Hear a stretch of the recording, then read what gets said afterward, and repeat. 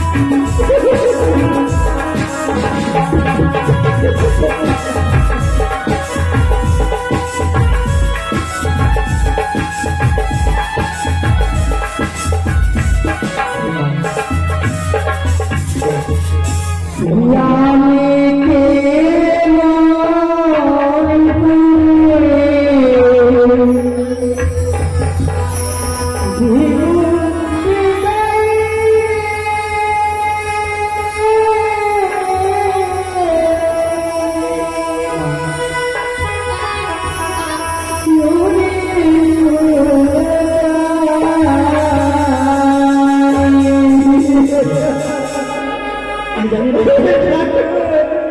তুমি বিদায় দিতে আমার ভয় করো না পিতা আমি বুঝতে পেরেছি